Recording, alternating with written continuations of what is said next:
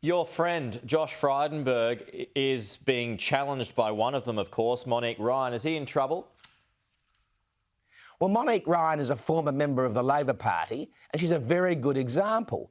And last night on Sky, she made it very clear that she has extremely left-wing views on things like the stability and geostrategic position of Australia in the Indo-Pacific, on offshore processing of asylum seekers, on climate.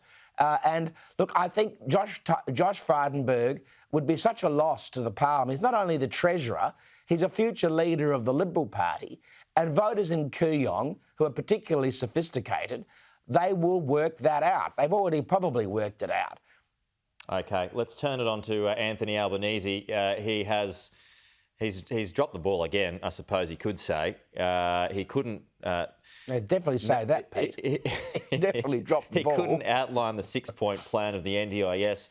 There was a bit of theatre involved with getting the cheat sheet as well. Everyone knows the story now. What are your thoughts on how he handled that yesterday and his attempt to turn it on a gotcha question?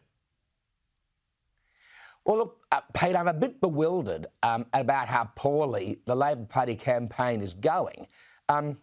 Besides the fact that it's hard to work out exactly why we need to change the government, and Labor is yet to really make that case. They've had 3 years to prepare for the election, and I get the feeling that this whole election's come as a bit of a surprise to them. I mean, it's the last date that they could possibly hold the election. It's not like it's been an early call that's taken them off guard, and yet they seem really underprepared. And look, Anthony's a good friend of mine. I really like him. I'm quite surprised that he would have made this terrible gaffe on the NDIS policy. And it's not a gotcha moment, Pete, because, look, if they'd announced that policy a month ago and a tricky journalist had decided to raise the 6 points yesterday, a month later, people would quite rightly say, oh, well, he can't be expected to remember absolutely every detail. But they announced the policy the day before. The day before he was being asked about it. So he was being asked about it a day after it had been released.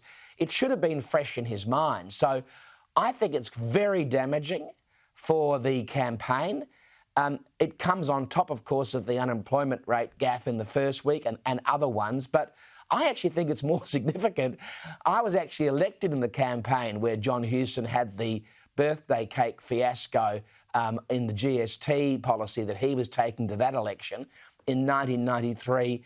It does shake confidence in voters if they are undecided or soft about changing the government or voting Labor. And this will shake the confidence of Labor headquarters and Anthony himself. OK, just a final one here on national security, and because this has been an issue for the Prime Minister in the last couple of weeks as well. The Prime Minister of the Solomon Islands, Sogavare, he's launched a scathing attack against the Australian government for using inflammatory language, for even threatening invasion by the Prime Minister declaring a red line, the Deputy Prime Minister referring to Solomon Islands as being Little Cuba. What was that kind of language necessary in the end? Look, Prime Minister Sogavare is making some very unusual choices. There are 120 Australian peacekeepers and federal police in the Solomon Islands as we speak. We have a very, very close relationship with the Solomon Islands from a security and policing point of view. Australia remains the largest donor of aid to the South Pacific. More than 50% of all the aid that goes into the South Pacific comes from Australia. We are easily the security partner of choice. So I'm not quite sure why Prime Minister Sogavare would give such a speech. It really runs counter to everything that he's said in the past. Whoever gets elected in about 2 weeks' time is going to have to address the Solomon Islands issue as a number one priority. I'm very much looking forward to the stability of government being returned here in Australia and that opportunity for either the Coalition or the Labor Party going forward. But it's a very sensitive issue. We need to handle it very, very carefully.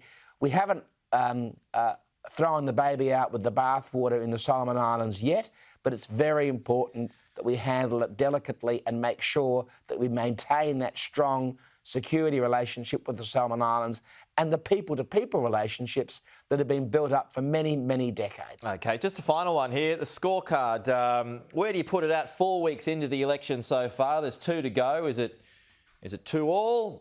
Is it 3-1? Is it 4-0? Where would you call it here? I think Labor's had one good week, which was the third week. I think the Coalition won the first 2 weeks and they've won this week. The week that Labor won was the week when inflation went up. And this week's interest rates movement, I don't think really changed things very much at all. But I think Labor remains favourite to win. I mean, the Coalition's been in government for 9 years. You would expect Labor to be favourite to win. They remain the favourite to win. But, as a very good Labor friend of mine said to me yesterday, they're doing everything they can to throw it away.